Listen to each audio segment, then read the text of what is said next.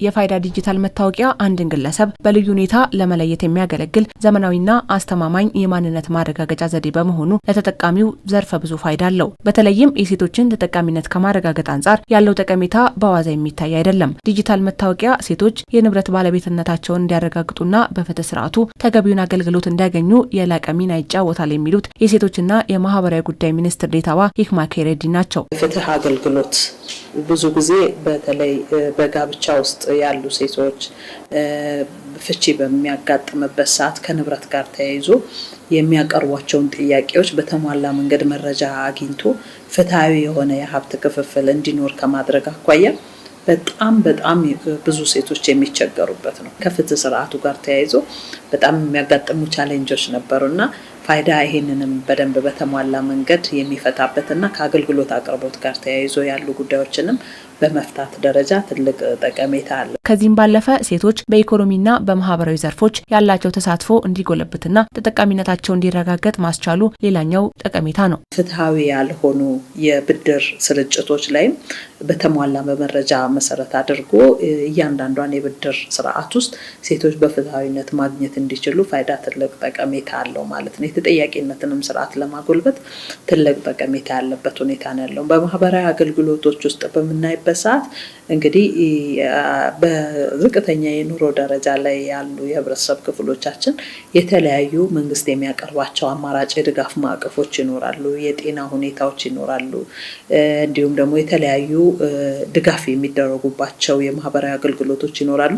እሱም በፍትሃዊነት ለማግኘት የፋይዳ ጠቀሜታ አለው ማለት ነው። የባንክ ሲስተሞችን ለመጠቀም በቀላሉ ለመጠቀም ትልቅ ጠቀሜታ አለው ለሴቶች። በተለያዩ የማህበራዊ ድጋፍ ፕሮግራሞች የሚሳተፉ ሴቶች አገልግሎቱን ያለምንም እንግልት እንዲያገኙ ብሔራዊ መታወቂያው እንደ ዋነኛ መሳሪያ እያገለገለ ይገኛል። ተረጅነት የምንላቀቀው አንዱ ለድሃ የመጣ ገንዘብ ድሃ ጋር መድረስ ሲችል ነው። በመሀል መቀሸብ ሲያቆም፣ በመሀል መቀነስ፣ በተለያየ ምክንያት ሊክ ማድረግ መፍሰስ ሲያቆም ነው። ለእሱን እያገዘ ነው። ዛሬ ሴፍቲ ኔት ላይ ያግዛል። የተለያዩ እንደዚህ ሶሻል ፕሮግራሞች ላይ ያግዛል። የፔይመንት ክፍያ ስርዓት አንዳንዱ ካሽ ፔይመንት ስለሆነ ክፍያ ሲፈጸመላቸው በዲጂታል ክፍያ እያገዘ ነው። የዘርፉ አመራሮች እንደሚሉት ሴቶች የዚህ እድል ተጠቃሚ እንዲሆኑና በምዝገባ ሂደቱ እንዲሳተፉ ሰፊ የግንዛቤ ማስጨበጫ ስራዎች እየተከናወኑ ነው። በመላ ሀገሪቱ እስከ ሰኔ ወር መጨረሻ ድረስ 90 ሚሊዮን ዜጎችን ለመመዝገብ በታቀደው ሀገራዊ ውጥን ውስጥ 30 ሚሊዮኑ ሴቶች እንዲሆኑ ታቅዶ እየተሰራ ያለው ስራ አብነት ይሆናል። በዋናነት መጀመሪያ በፌዴራል ደረጃ ያለን የሴቶችን ማዕከል አድርገን የምንሰራ አደረጃጀቶች ከክልሎች አመራሩ መጀመሪያ ግንዛቤ ከጨበጠ በደንብ ከተረዳ ስራውን ወስዶ በሚገባ በተሟላ መንገድ ተግባራዊ ያደርጋል ብለን ስላሰብን ሀገራዊ ንቅናቄ ከብሔራዊ መታወቂያ ጽሕፈት ቤት ጋር በጋራ በመሆን በፌዴራል ደረጃ ሁሉም የክልል አመራሮች ሴቶች ላይ የሚሰሩ አደረጃጀቶች ሁሉ ባሉበት የግንዛቤ ማስጨበጫ እና የንቅናቄ ማስጀመሪያ ስራ ሰርተናል። በሴትነትሽ ታዋቂ ብዙ ዘመቻዎች የተደረጉ ጥሩ ቁጥር ማስመዝገብ ተችሏል።